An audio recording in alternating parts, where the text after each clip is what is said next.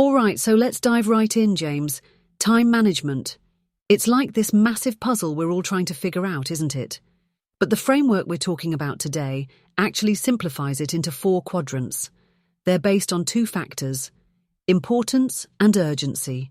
Right, and those 2 factors really determine where your focus should be, though. Let's be honest. Most of us end up reacting to whatever feels urgent at the moment. Exactly. Quadrant 1 is where everything important and urgent lives. You know, the crises, looming deadlines, putting out fires. I mean, think about it. How many of us work best when there's chaos swirling? It's, shall we say, a bit thrilling. Oh, thrilling, sure. But then it's exhausting when you're always stuck there. I see that constantly in businesses. Like a team that doesn't plan enough ahead. So suddenly there's a scramble with getting things done and deadlines slipping. And voila, you're living in Quadrant 1. Exactly. I always tell teams it's better to prevent problems than chase after solutions. But yeah, easier said than done, isn't it? Oh, completely. And that brings us to Quadrant 2, which cue the angelic choir for this bit, is where the magic happens.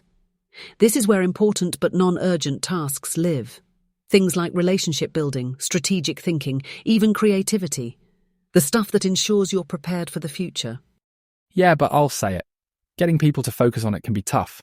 It's not screaming for attention like urgent stuff, so it often gets pushed aside. Then you're back in crisis mode all over again. Oh, absolutely. And you know, the funny thing is, James, we all know it, right? We know we should be focusing on Quadrant 2, but I once spent a whole afternoon organising my bookshelf instead of preparing for a conference talk. Guess which quadrant that fell under? Quadrant 4. Totally not important and not urgent. That's it. And just like that, those pleasant distractions sneak in. Meanwhile, perhaps if I'd prepped more on time, I wouldn't have had to scramble the night before the talk, squarely in Quadrant 1. Yeah. And Quadrant 3, that's where urgency tricks you. Things like emails, phone calls, meetings. They feel important because someone else made them urgent, but half the time, they aren't really essential at all. Absolutely, James. It's like the classic, can you just have this ready by noon, bait and switch? The real challenge is making that mental shift and saying no to what doesn't serve your priorities. True. And by saying no, you're really saying yes to the important things. And honestly, Amanda, I find most people only start rethinking their time management after living through a few disasters. Take a project deadline mix-up. I dealt with last year. We had to rebuild an entire timeline because Quadrant 2 planning got ignored. That put us squarely into Quadrant 1 chaos. Ah, exactly. And the repair work to fix Quadrant 1 disasters often cost way more effort than just planning properly in the first place. But here's the thing. Quadrant 2 isn't just about work, is it? It's personal too. Scheduling family time, self-care, even hobbies. Anything non-urgent and important. Yeah, and that's where the real balance happens, isn't it? Making sure you're not only firefighting your way through life, but actually building a foundation to prevent future fires. Exactly. And that's where strategy comes into play, James. Speaking of which, in the next section we'll dig deeper into how to thrive in Quadrant 2, align goals, balance roles, and plan proactively. Okay, James, let's dive into what we teased earlier. Quadrant 2, the magical space for important but non-urgent tasks. It's all about aligning goals, balancing roles, and planning proactively, doing what truly matters before it becomes a crisis. Yeah, absolutely, Amanda. This quadrant is where you're building, well, hopefully, a smooth future. Prevention, planning, even maintaining relationships. It takes effort, but it's worth it down the road. Exactly. But thriving here means we need to align with something bigger, your mission, your principles. Otherwise, it's easy to fall back into tackling distractions, like I used to let endless notifications take over my creative projects, thinking multitasking was effective. And was it? Not even close. By the end of the day, I'd done it all but achieved nothing meaningful. I had to start saying goodbye, Quadrant 3, which was tough but freeing. How about you, James? The people dimension side. What's worked for you? Oh, for me, working with subcontractors. One bad relationship can derail things. But by focusing on building rapport, by scheduling proactive check-ins, those urgent repairs become rare. Really cuts down headaches when you've built that trust up front. That's so true, James. It's all connected, isn't it? Purpose, relationships, proactive planning. Quadrant 2 is like the quiet hero of time management. But getting there takes saying no to others, to distractions, even to ourselves sometimes. It's funny you mention that. I've had moments where just one thoughtful no opened up time for things that actually matter.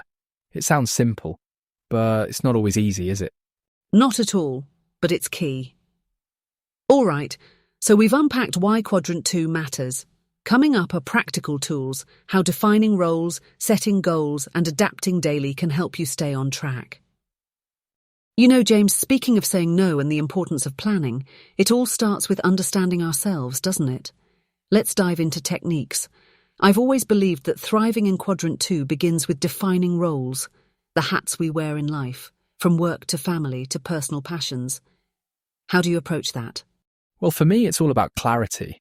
In my case, I think of roles like trainer, team leader, dad. Honestly, just writing those down kind of forces me to look at how I use my time. And you? Much the same, actually. Writing them down, then thinking, what do I really want to achieve in each role this week? I mean, I don't want to be just a broadcaster. I want to inspire, educate, connect. That distinction sets the tone for everything else. Yeah, and once you've nailed that down, it's about setting realistic goals, isn't it? Not a whole laundry list, but a couple of big things per role. Otherwise, you are overwhelmed before you even begin. Exactly. Otherwise, what's the point? Now here's the tricky part, daily adaptability. You can have the best intentioned plan, but life loves to throw curveballs, doesn't it? Oh, absolutely. Just last week, I had this perfect schedule. Until my team flagged an oversight. Took me hours to sort, but because my broader goals weren't derailed, I recovered by the end of the day. Now that's adaptability. And it's funny, James. It's not just about reacting well, is it? It's about making decisions that align with those broader roles and goals.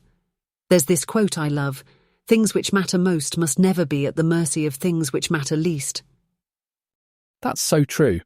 Honestly, one thing I've learned is the power of saying no. It's not about being rude, it's about protecting what matters. Years ago, I'd say yes to every little task. Then I realised I'm not a superhero. Delegating isn't a failure. It's smart. That's so relatable, James. I remember my former producer once said to me, Amanda, if you're doing everything, who's guiding the overall vision? And she was right. I had to refocus. Speaking of your yes-no balance story, what's your favourite takeaway? Oh, definitely the delegation lesson. One time my team and I had this nightmare deadline. I kept juggling everything myself until someone showed me I'd been working on a task my apprentice could handle. Handing it off saved me hours for priority issues, changed my whole outlook. That's a great learn. Now let's not forget about portability. This idea of having time management tools, wherever you go. I started using my phone as more than just for emails and alerts. It became my planner, my accountability partner. Feels like I'm carrying Quadrant 2 in my pocket now. That's smart. And honestly, it makes the principle stick, doesn't it? The right tools don't just organise you, they keep your goals front and centre, even while you're on the move. Exactly. So there you have it. Define your roles, nail those goals, adapt daily, and say no confidently. Oh, and keep your tools handy. Portability is king. I hope our listeners feel like time management is just a bit more manageable now. Absolutely. Tools and techniques aside, I'd say remember, it's about making time for what truly matters. Whether it's work, relationships, or, as you said, Amanda, even hobbies. Quadrant 2 isn't just nice, it's necessary. Couldn't agree more. On that note, thank you everyone for joining us today. Mastering your time is a journey, but with the right strategies, it's one that pays off profoundly. So, until next time, take care and keep those priorities in check.